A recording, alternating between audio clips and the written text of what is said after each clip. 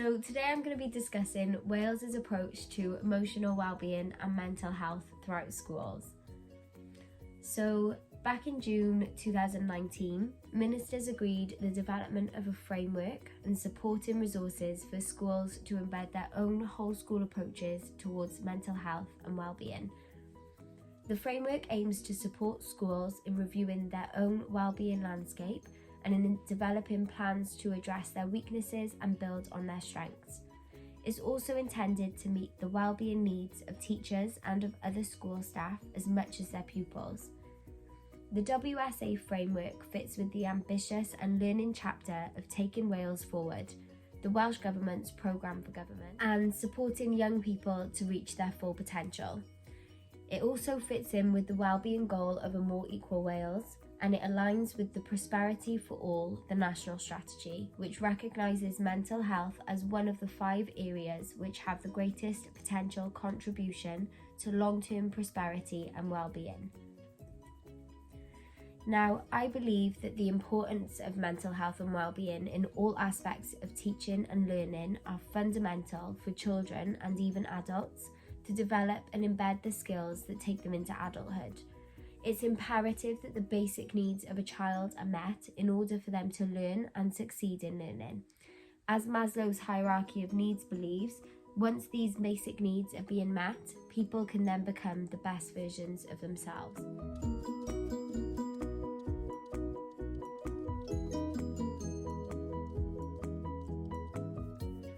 Now, with regards to the policies embedded by the Welsh Government, it's my opinion that we should continue encouraging schools to improve our abilities to support young people and staff.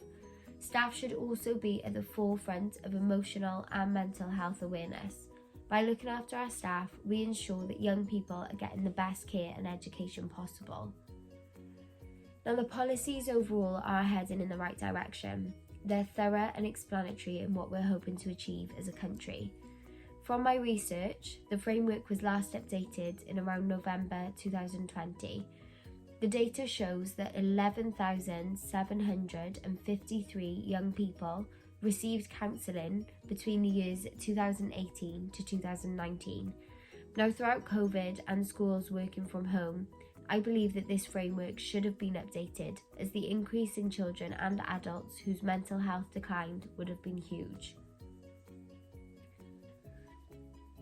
The Welsh Government policies relate closely to the United Nations Convention on Rights of the Child, as well as looking into preventative strategies being put into place within schools and universities. Now, the articles that they relate closely to throughout these frameworks and policies include Article 6, all children have the right to life. Governments should ensure that children survive and develop healthily.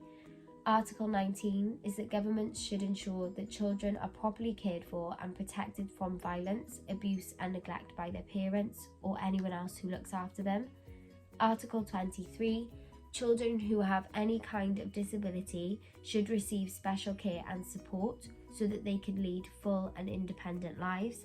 And Article 39, children who have been neglected or abused should receive special help to restore their self-respect.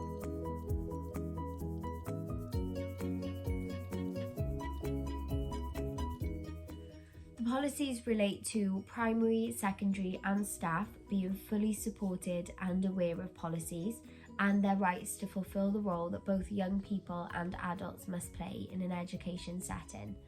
The framework also states that there are major potential benefits for schools and universities in actively promoting emotional health and well-being, as this can lead to an improved classroom and a whole school atmosphere. So there are 2 main questions that they also ask when putting these policies into place.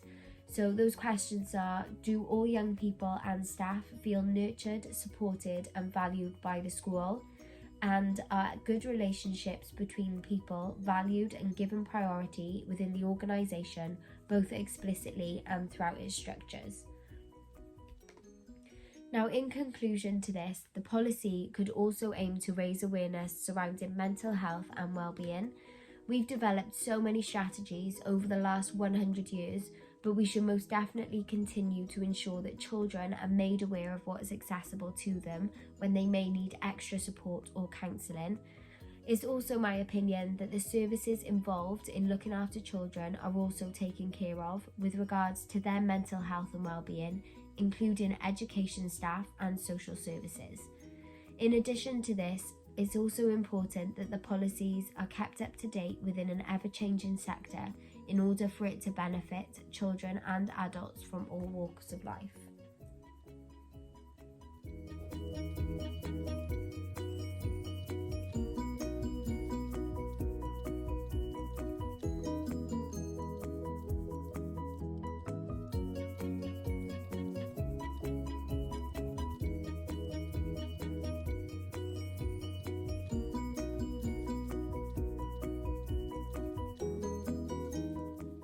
The Welsh Government states that there were no negative impacts of the framework that was introduced, and I believe this firmly. However, by keeping on top of their policies, they will have updated statistics and they'll allow room for improvement within the education sector. In the future, I would include further supporting strategies for looked after children and for special educational schools, as both factors can have huge effects on children's mental health and emotional well-being. For instance, the encouragement of jobs and qualifications or training within social services and education, be it mainstream or special educational needs, allowing wage increases and further support for adults working with children who may struggle with their mental health and well-being. As mentioned in conclusions previously, ensuring that all children in any education setting are made aware of what is accessible to them and providing services, funding, training throughout the NHS and schools is imperative for the growth and the health of our next generations. The importance of taking these preventative strategies and measures would have an effect on ensuring that the cycle is broken in terms of lower health and well-being of the future generations, and giving them the tools to grow up to have successful and happy lives.